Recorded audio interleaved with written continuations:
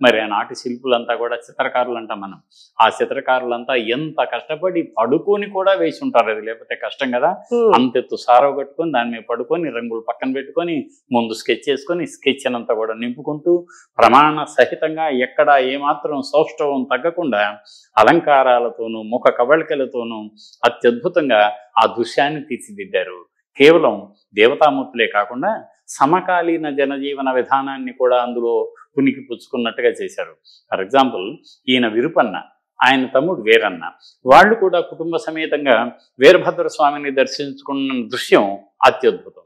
వాళ్ళు విరుపన్న ఇలా ఉన్నాడు, వీరన్న ఇలా ఉన్నాడు, వాళ్ళ భార్యలు ఇలా ఉన్నారు, అప్పుడున్న స్త్రీలు ఇలా ఉన్నారు, వాళ్ళ కొప్పులు ఇలా ఉండేవి, వాళ్ళు ధరించిన బట్టల మీద డిజైన్లు, ధరించిన ఆభరణాలు, వాళ్ళు ఎలా ఉన్నారు అనేది అంటే అప్పటి జీవన విధానాన్ని మనం అంచనా వేయటానికి ఇవి చక్కటి ఆధారభూతాలుగా ఉంటాయి. ఇంకొకటి చెప్పాలి, అంతేకాదు కేవలం ఆలయానికి ఏదో ఆధ్యాత్మిక సిద్ధంతో వచ్చి వెళ్ళటం కాదు. ఇక్కడి నుంచి మనం ఏం తీసుకెళ్తాము అంటే మంచిని పెంచాలని, చెడుని తొలగించుకోవాలని ఆ చక్కటి భావంతో కదా ఆలయానికి వచ్చేది. అలా దాని మీద మీకు నీతిని బోధించే మనునీతి చోళుడు అనే ఒక చక్కటి కథ పైన దృశ్యాత్మకంగా ఉంటుందన్నమాట. ఆ కథను మొత్తం తెలుసుకోగలిగితే మనకి అప్పుడు జరిగిన పొరపాట్లు ఇవా, అయ్యో మనం అలాంటి పొరపాట్లు చేయకూడదే అని మనకి మనం తెలుసుకొని ఆ కథ మనం చదివే విధంగా ఉంటుంది. మొత్తం దృశ్యాలన్నీ ఉంటాయి కదా మీకు. ఫ్రేమ్స్, సినిమాలో ఫ్రేమ్స్ తెలియకుండా అది ప్రారంభం నుంచి చిట్ట చివరి వరకు ఉంటుంది అనమాట. చాలా హాయిగా ఉంటుంది. ఇది మనకి తెలుసుకోవాల్సింది ఏమిటి దీంట్లో, ఇంకా ఆనాటి స్త్రీలు అలంకారం ఎలా చేసుకుంటున్నారు. చేతిలో హాయిగా ఒక అద్దం పట్టుకుని ఒక ఆవిడ తిలకాన్ని దిద్దుకుంటుంది, ఇంకొక ఆవిడ కొప్పును సింగారించుకుంటుంది, ఇంకొక ఆవిడ రోటితో పోట్లు దంచుతుంది.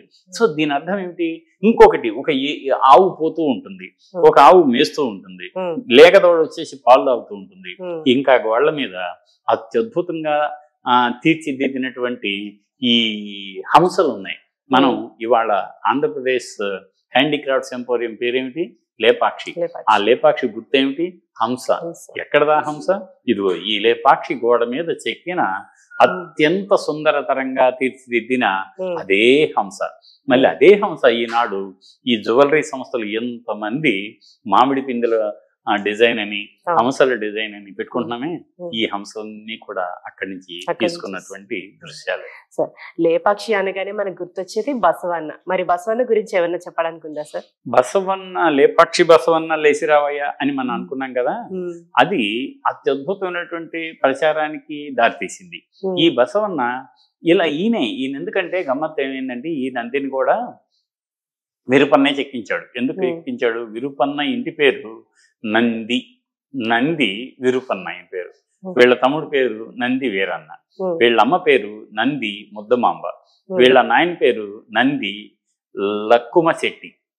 అందువల్ల ఇంటి పేరు నంది కాబట్టి ఆ నంది మన ఇంటి పేరే నంది కదా, అసలు నందిని చెప్పకపోతే ఎట్టా అనుకుని వెళ్తూ ఉంటే ఒక పెద్ద బండ ఉంది కదా, బండనే నందిగా తీర్చిదిద్దితే ఎలా ఉంటుంది అన్న తన ఆలోచన శిల్పితో పంచుకున్నాడో లేదో ప్రయత్నం చేద్దాం అని శిల్పి చెప్పి ఉంటాడే.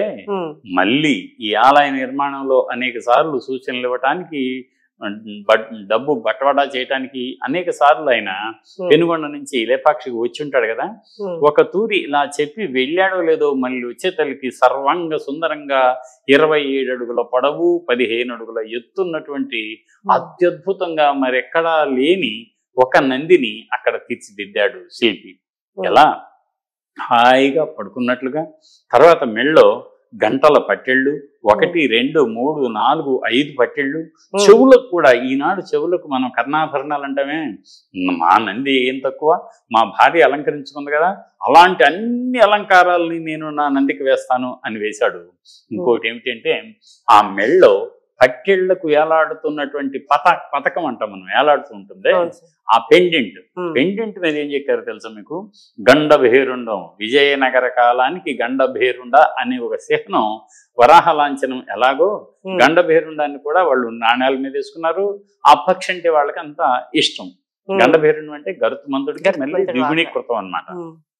దాన్ని ఈ మెళ్ళలో ఒక గండభేరుండం అంటే ఒక పక్షి రెండు తలలతో ఉంటుంది. రెండు తలలతోనూ ఏనుగుల్ని అలా పట్టి లేపుతున్నట్టుగా ఉంటది అన్నమాట. అంటే ఏనుగుల కంటే బలమైంది గండభైరుండు. అదిగో ఆ దృశ్యాన్ని ఈ మెడ పట్టెళ్లకు వేలాడే పథకం మీద చెక్కాడు అతను. ఎంత అద్భుతం అది.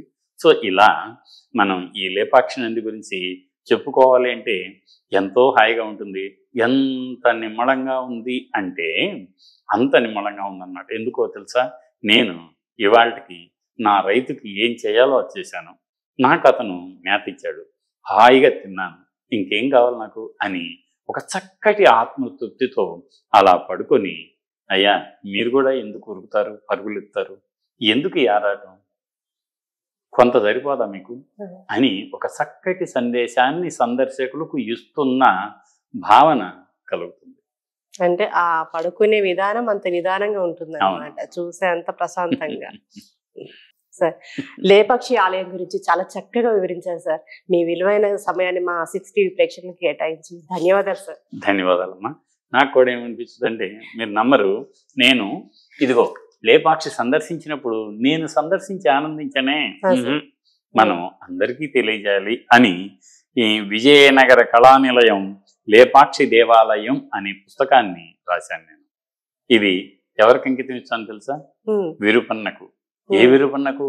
ఒకటి ఈ ఆలయ నిర్మాత విరుపన్నకు, మరొకటి ఈ ఆలయ వాస్తు శిల్ప విశేషాలను వర్ణ చిత్రాల వైశిష్ట్యాన్ని నలుగురికి తెలియజేస్తున్న టూరిస్ట్ గైడ్ విరుపన్నకు.